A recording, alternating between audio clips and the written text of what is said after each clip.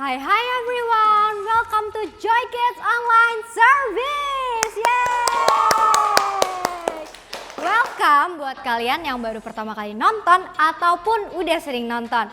Nah, dimanapun kalian berada, baik di Surabaya, Jakarta, Palangkaraya, atau kota-kota yang lain, we are so happy to meet all of you. Nah, sebelum kita mau nyanyi bareng, main games dan juga dengerin firman, yuk kita yel-yel sama-sama dulu biar kita lebih semangat lagi. Oke? Sudah siap semuanya? Oke. Joy, yes, yes, yes, I'm awesome. Sekali lagi ya. Joy, yes, yes, yes, I'm awesome.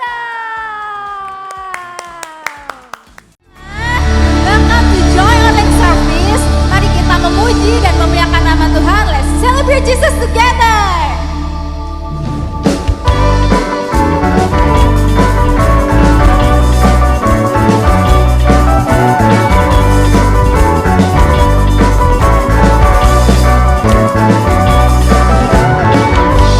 Kau Tuhan gembalaku, Kau yang pegang hidupku, Kau tuntun setiap langkahku.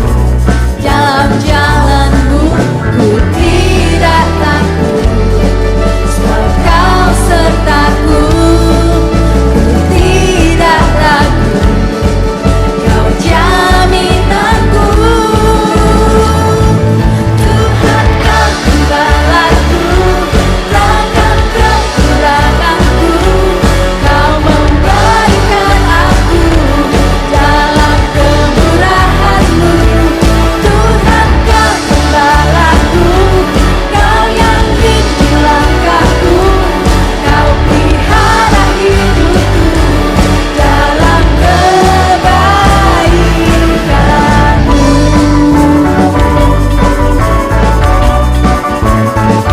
Mari kita semua bertepuk tangan. Come on, let's sing. Kau Tuhan gembalaku, Kau yang pegang hidupku, Kau tuntun setiap langkahku. Dalam jalanmu ku tidak takut, sebab Kau sertaku. Ku tidak takut, Kau jaminanku. Tuhan Kau gembalaku, takkan kekuranganku. Kau memberikan aku dalam kemurahan-Mu. Tuhan Kau gembalaku, Kau yang bimbing langkahku. Kau pelihara hidupku dalam Tuhan Kau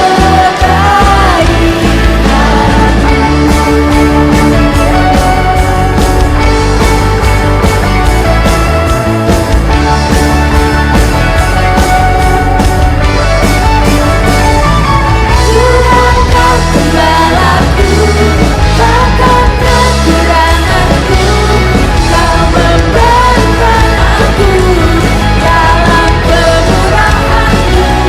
Tuhan Kau gembalaku, Kau yang bimbing langkahku. Kau pelihara hidupku dalam kebaikan-Mu.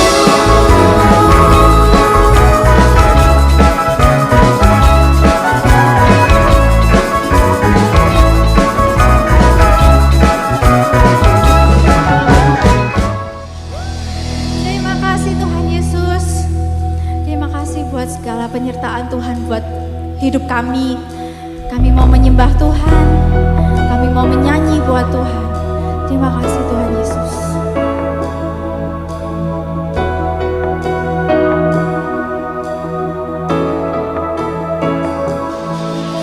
Dalam setiap musim, dalam setiap proses, tak pernah ku jalan sendiri. Dalam pergumulan, dalam kemenangan, Engkau Yesus yang besertaku. Kau Tuhan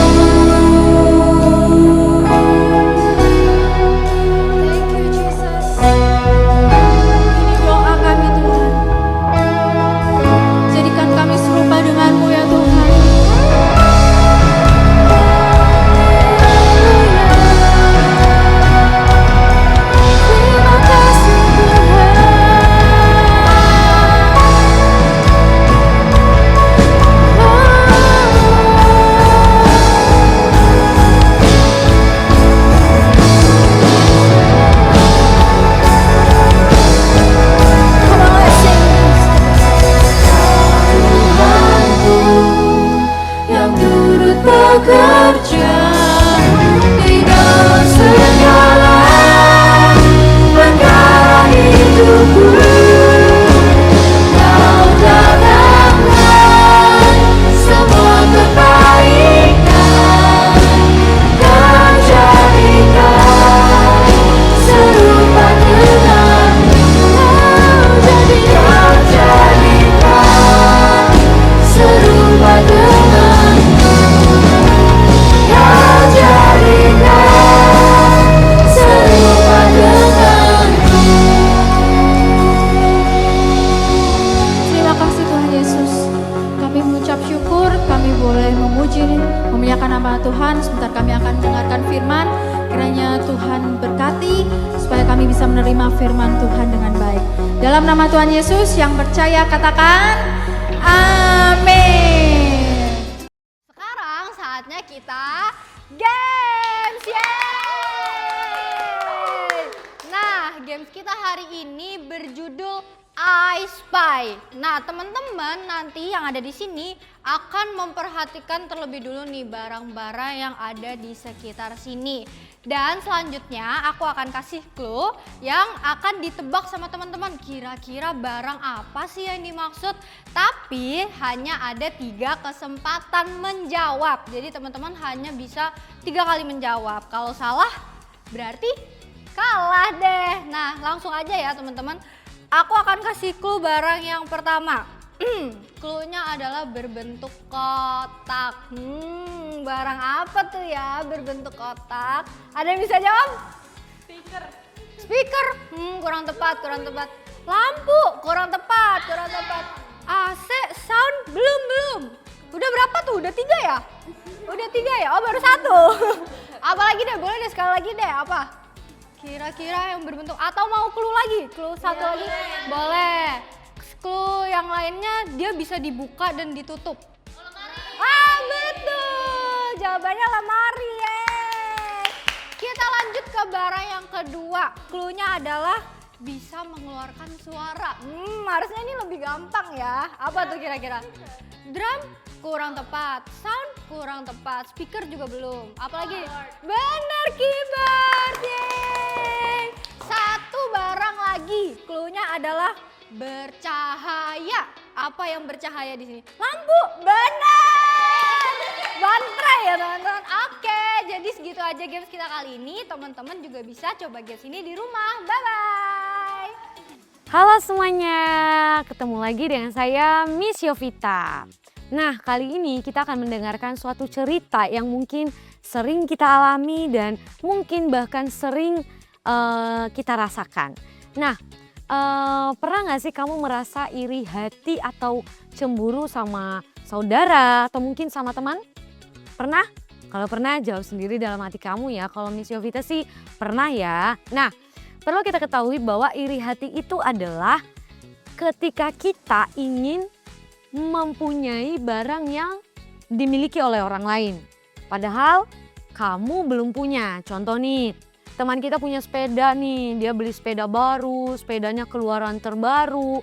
Nah, pada saat kita lihat sepedanya dia, kita jadi punya rasa keinginan untuk memiliki sepeda seperti itu. Sampai karena kita iri hati, kita sakit hati, kita menjelek-jelekkan sepedanya dia. Kita bilang, sepeda kamu tuh jelek, keluaran baru tapi kok tipenya kayak gitu dan lain sebagainya dan bla bla bla bla, ya kan? Ayo, siapa yang pernah merasakan seperti itu? Nah, kalau cemburu itu kayak gimana sih? Artinya itu apa sih cemburu? Nah, cemburu itu adalah ketika kamu takut atau kita takut kehilangan sesuatu yang sudah kita punya karena ada orang ketiga. Maksudnya gimana ini? Nah, contohnya adalah mama kita yang lebih sayang sama saudara kita, sama adik kita, atau sama kakak kita daripada kita. Nah, kita cemburu, kita merasa bahwa kok kayaknya mama pilih kasih deh, mama gak sayang sama aku. Nah, itu namanya cemburu. Atau mungkin kita punya sahabat nih, yang awalnya kita bersahabat 2 orang, tapi tiba-tiba ada anak baru dan dia mau berteman sama kita. Akhirnya kita bersahabat 3 orang, tapi setelah kita jadi 3 orang bersahabat, teman kita yang satu tadi yang lama-lama bareng kita gak mau lagi bareng sama kita, tapi dia lebih akrab sama orang baru itu. Gimana perasaan kamu? Pastinya kita sedih dan kita cemburu. Loh, kok bisa seperti itu? Nah, cerita hari ini juga akan menjelaskan kepada kita bahwa di dalam Alkitab juga ada seorang raja yang cemburu kepada seorang gembala domba. Jadi cerita hari ini adalah setelah Daud mengalahkan Goliat. Jadi setelah Daud mengalahkan Goliat, para tentara mereka ini pulang ke kota. Mereka balik nih ke kampungnya mereka. Dan pada saat mereka pulang, wanita-wanita dari dalam kota mereka keluar untuk menyambut Raja Saul. Oke, sekali lagi untuk menyambut Raja Saul. Mereka menari-nari dan mereka menyanyi dengan sukacita. Mereka menyanyikan seperti ini. Saul membunuh beribu-ribu musuh, tetapi Daud membunuh berpuluh-puluh ribu. Ayo, bayangkan ketika Saul mendengar itu, Saul menjadi sangat marah. Ayo, kalau kamu di posisi Saul, kamu marah nggak? Kalau misalkan kamu kayak dibanding-bandingin gitu, dibandingin sama teman kamu, atau dibandingin sama sahabat kamu, atau dibandingin sama saudara, dibandingin sama kakak kita aja kita sedih ya, kita marah gitu.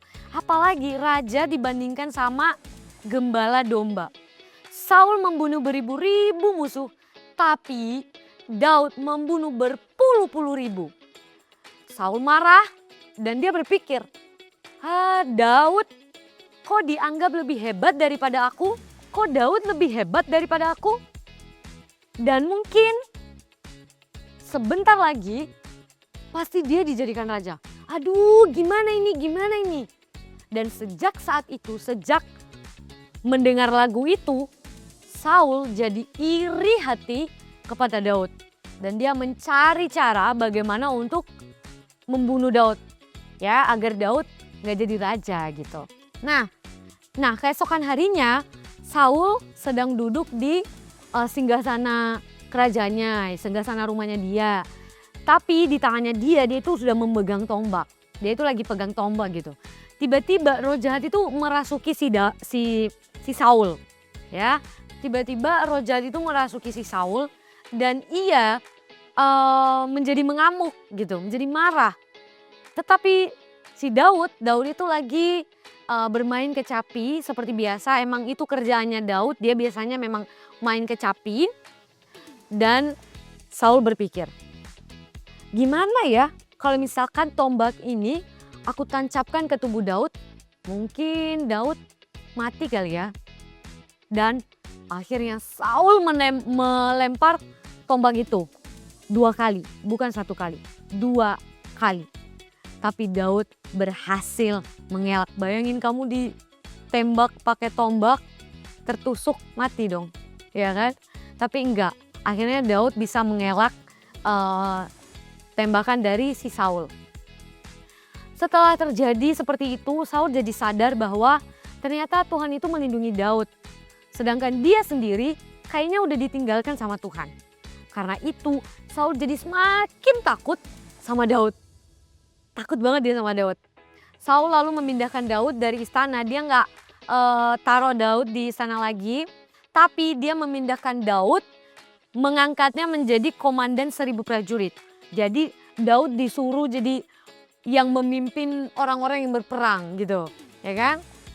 Namun dalam setiap peperangan Daud selalu berhasil. Ayo bayangin, rencananya agar Daud mungkin bisa mati di peperangan, tapi ternyata Daud gak mati. Malah Daud semakin dia berperang, dimanapun dia berperang, ia malah menang, gitu kan? Ia malah mendapat kemenangan. Daud memimpin pasukan dalam setiap peperangan dan selalu berhasil karena siapa? Karena Tuhan menolong Daud. Dan karena Daud semakin menang, Saul juga semakin hari semakin takut sama si Daud. Nah, buat kalian yang lagi nonton, pasti kalau kalian berada di posisi Saul yang dibandingkan dengan Daud, pasti kita sedih dan marah. Mungkin ya, mungkin. Tapi satu hal yang tidak disadari Saul adalah bahwa kemenangan yang didapat Daud itu semuanya karena pertolongan Tuhan. Apapun yang diperoleh Daud, keberhasilan yang diperoleh Daud, itu semua karena Tuhan menyertai Daud. Sampai akhirnya nanti kalau kita baca cerita selanjutnya, itu Daud menjadi raja. Kecemburuan si Saul mengajarkan kita bahwa tahta atau kerajaan atau kekuasaan bukanlah nomor satu yang harus kita perjuangkan.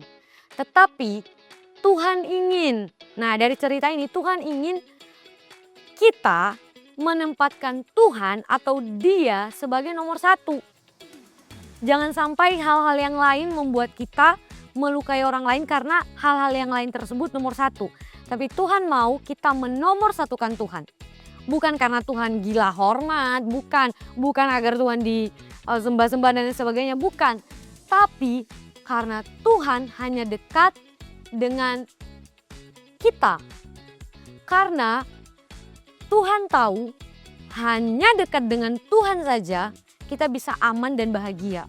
Kalau kita mengutamakan yang lain tadi seperti Saul yang mengutamakan kekuasaannya dia, percayalah dia gak bahagia. Kenapa? Karena dia selalu berpikir bagaimana caranya untuk membunuh Daud, bagaimana nanti kalau Daud jadi raja. Nah, dia gak bahagia kan? Makanya kita harus menomorsatukan Tuhan agar kita bisa aman dan bahagia. Alkitab bilang Tuhan itu cemburu.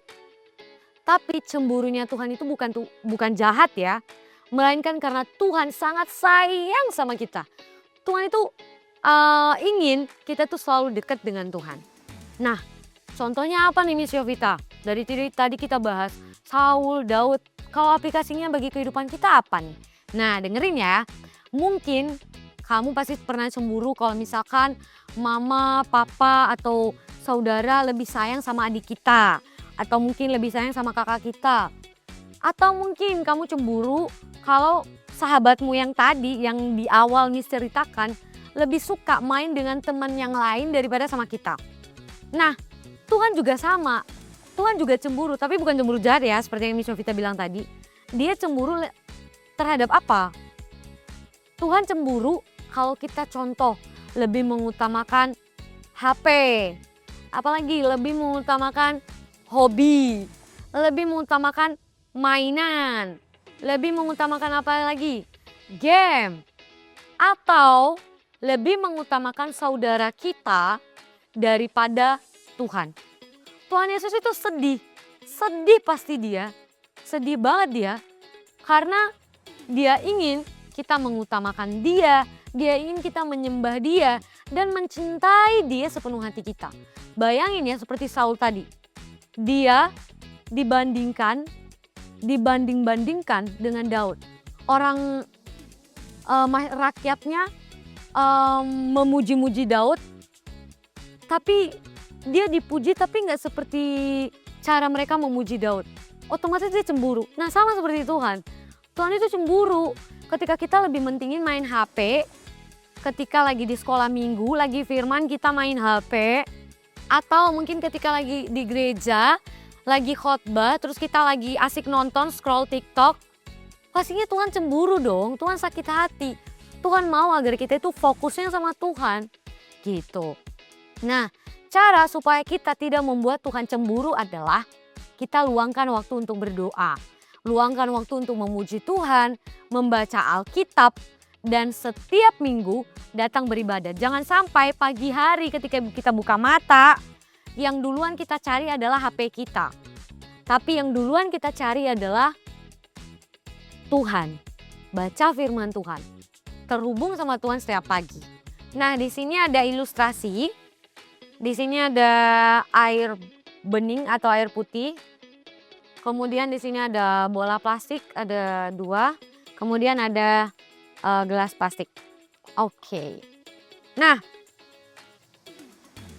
gelas bening ini yang terisi dengan air putih, kita ibaratkan sebagai Tuhan. Kita kasih contoh, ini adalah Tuhan. Air ini adalah Tuhan, air ya, airnya bukan gelasnya, air ini adalah Tuhan. Kemudian bola plastik ini adalah mainan kita, mungkin ini HP kita, ini kita kasih nama HP kita. Kemudian ini adalah hobi kita, oke? Ini HP kita, ini hobi kita. Nah, dan gelas plastik ini adalah kehidupan kita. Ini adalah kita ya, ini hidup kita. Bayangkan jika ini kan tadi namanya apa? HP dan hobi. Bayangkan jika di hidup kita hanya diisi oleh HP dan hobi. Pastinya ini rasanya sesak ya. Nah, yang ini tadi ini Tuhan, kalau kita tuangkan, ini pasti nggak full masuk ke hidup kita. Kenapa?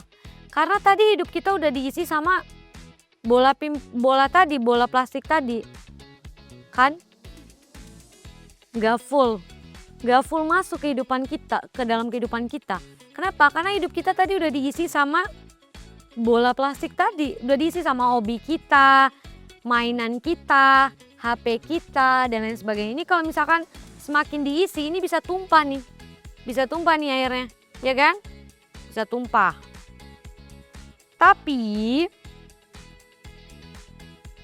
Tetapi kalau ini hidup kita, tuangkan air atau Tuhan masuk ke dalam hidup kita, atau Tuhan memenuhi kehidupan kita, kasih Tuhan memenuhi kehidupan kita, kemurahan Tuhan memenuhi kehidupan kita, maka bolanya tetap memang bisa masuk. Main HP-nya, hobi kita juga tetap bisa masuk. Tapi dia hanya akan mengapung. Dia nggak akan menjadi prioritas dalam kehidupan kita. Dia nggak akan membuat Tuhan cemburu. Kenapa? Karena Tuhan sudah lebih dulu menjadi satu-satunya dalam kehidupan kita. Sehingga yang lain itu bukan satu-satunya. Yang lain itu cuma pendukung. Dan gak akan bisa memenuhi kehidupan kita dan gak akan bisa membuat kita jadi sesak. Artinya kalau kita mengutamakan Tuhan, seperti yang tadi, kalau kita mengutamakan Tuhan, ini kan hidup kita mengutamakan Tuhan, maka hal-hal yang lain tadi seperti hobi kita akan diatur Tuhan menjadi lebih baik. Tuhan akan berikan kita kesehatan, Tuhan akan berikan kita kekuatan, Tuhan akan berkati orang tua kita untuk membeli HP baru buat kita, untuk membeli mainan baru buat kita. Dengan syarat Tuhan harus menjadi nomor satu dalam kehidupan kita. Nah, super kebenaran kita hari ini adalah God is a jealous God, so put Him first. Jadi Tuhan itu pencemburu, tapi bukan cemburu jahat. Jadi jadikan Tuhan sebagai nomor satu dalam kehidupan kita. Baru nanti kesekian-kesekiannya, hobi kita dan lain sebagainya, itu akan dimudahkan semuanya sama Tuhan. Jangan sampai kita membuat Tuhan cemburu, karena kalau Tuhan cemburu, ya memang dia gak jahat sih, tapi kita gak akan aman. Kita akan merasa gelisah, kita akan merasa takut untuk menjalani kehidupan kita.